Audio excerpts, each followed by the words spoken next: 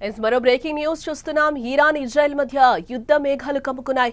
రెండు దేశాల మధ్య యుద్ధం ఎఫెక్ట్ తో భారత్ లో భారీగా పెట్రోల్ డీజిల్ ధరలు కూడా పెరగబోతున్నట్లుగా అనలిస్టులు చెప్తున్నారు. ఇరాన్ నుంచి చమురు దిగుమతి చేసుకుంటుంది భారత్. ఇప్పటికే తాజాగా యుద్ధం ఎఫెక్ట్ తో దిగుమతులు తగ్గే ఛాన్స్ ఉందని కూడా అంటున్నారు. అదే జరిగితే భారత్ పై పెట్రోల్ బాంబు పడే అవకాశం లేకపోలేదు.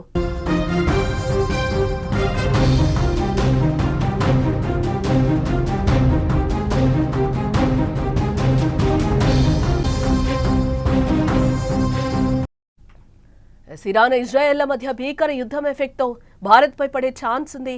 ఇప్పటికే రెండు దేశాలు తగ్గేదేలే అనే రీతిలో దాడులు చేసుకుంటున్నాయి.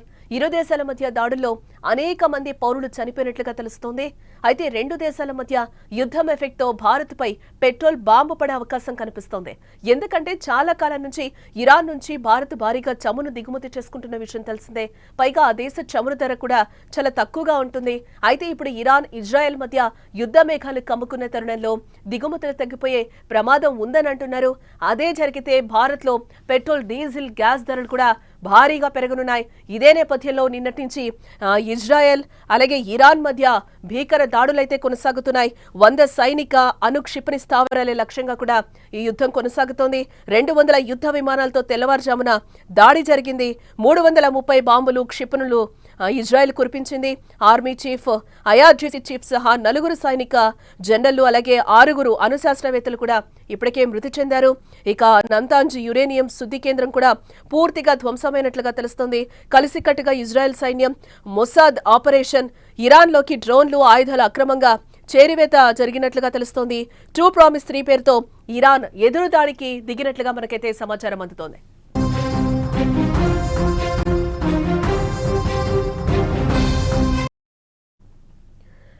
ఇరాన్ ఇజ్రాయెల్ మధ్య భీకర యుద్ధం జరుగుతోంది.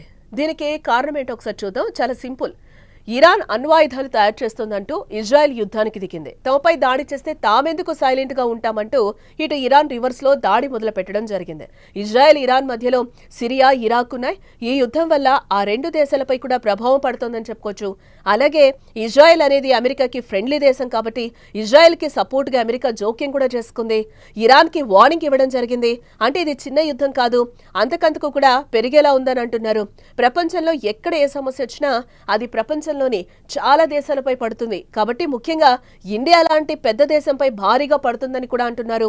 మన ఎగుమతులు దిగుమతులపై దీని ప్రభావం పడుతుంది. ఇరాన్ నుంచి భారత్ భారీగా చమురును దిగుమతి చేసుకుంటూ ఉంటుంది. పైగా ఆ దేశ చమురు ధర చాలా తక్కువగా కూడా ఉంటుంది. ఇప్పుడు ఆ దిగుమతులు తగ్గిపోయే ప్రమాదం ఉందని కూడా అంటున్నారు. అందువల్ల ఇండియాలో పెట్రోల్ ఇటు డీజిల్ గ్యాస్ వంటి వాటి సప్లై తగ్గి ధర పెరిగే ప్రమాదం కూడా ఉందని కూడా చెప్తున్నారు. అయితే భారతదేశం తనకు కావలసిన చమురులో 88% విదేశాల నుంచి దిగుమతి చేసుకుంటూ ఉంటుంది. ఇందులో ఎక్కువ భాగం పశ్చిమాసియా దేశాల నుంచి వస్తూ ఉంటుంది. ఇక అలాగే ఇరాన్ ఒక ముఖ్యమైన చమురు ఉత్పత్తి దేశంగా కూడా మనం చూడాలి. రోజుకు 3.2 నుంచి 3.7 మిలియన్ బ్యారెళ్లను ఉత్పత్తి చేస్తోంది. ఈ యుద్ధం వల్ల స్ట్రెయిట్స్ ఆఫ్ హోర్మోజ్ వంటి కీలక షిప్పింగ్ రూట్లలో అంతరాయాలు ఏర్పడవచ్చని కూడా అంటున్నారు. ఇక అలాగే మనం చూసుకుంటే ఇక్కడ బ్రెంట్ క్రూడ్ ధరలు బ్యారెల్కు $80 నుంచి $100 చేరే అవకాశం ఉంది. ఫలితంగా భారతదేశంలో పెట్రోల్ డీజిల్ ధరలు పెరగవచ్చని అంచనాలైతే పెరుగుతున్నాయి. ఉదాహరణకు జూన్ 13న ఇజ్రాయెల్ ఇరాన్పై దాడులు చేసిన తర్వాత క్రూడ్ ఆయిల్ ధరలు 7 నుంచి 12% పెరిగాయి. ఈ ధరల పెరుగుదలకి తోడు రవాణా ఉత్పత్తి ఖర్చులు కూడా పెరుగుతాయి. ద్రవ్యోల్బణం పెరిగి సామాన్య ప్రజల జేబులకు చిల్లులు పడతాయని కూడా విశ్లేషకులు చెప్తున్నమాట.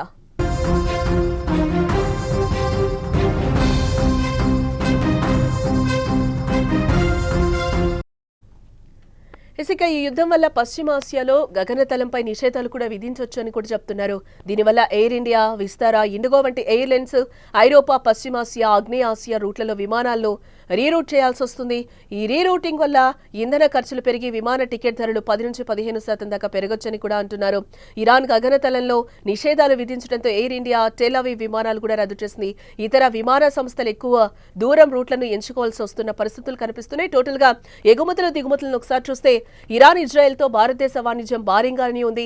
2022 నుంచి 23లో ఇజ్రాయెల్ తో $10.7 బిలియన్, అలాగే ఇరాన్ తో $2.33 బిలియన్ వాణిజ్యం జరిగింది. ఈ యుద్ధం వల్ల రెడ్ సీ, సియోజ్ కెనాల్ వంటి కీలక షిప్పింగ్ రూట్లలో అంతరాయం ఏర్పడబోవచ్చు అని కూడా అంటున్నారు. దీనివల్ల షిప్పింగ్ ఖర్చులు 15 నుంచి 20% పెరిగాయి. దీనివల్ల ఇంజనీరింగ్ ఉత్పత్తులు, టెక్స్టైల్స్, గార్మెంట్స్ వంటి వాటి ఎగుమతుల్లో లాభాలు కూడా తగ్గిపోవచ్చని అంటున్నారు.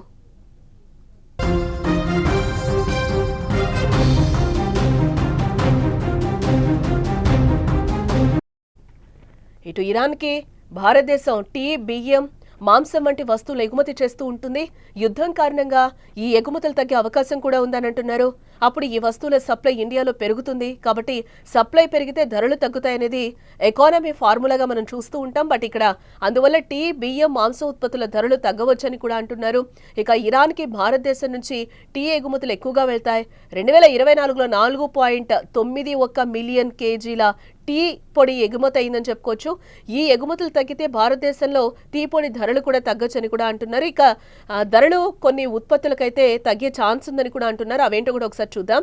బియ్యం, టీ, పంచదార, ఫార్మాస్యూటికల్స్, మందులు, రసాయనాలు, ఆటోమొబైల్ భాగాలు, పెట్రోలియం ఉత్పత్తులు, రత్నాలు, నగలు, ఎలక్ట్రానిక్ వస్తువులను భారత్, ఇరాన్, ఇజ్రాయెల్కి ఎగుమతి చేస్తూ ఉంటుంది. వీటి ఎగుమతులకు సమస్యలు వస్తే ఎక్స్పోర్ట్స్ తగ్గి ఇండియాలో వీటికి సప్లై పెరిగి ధర తగ్గొచ్చని కూడా అంటున్నారు.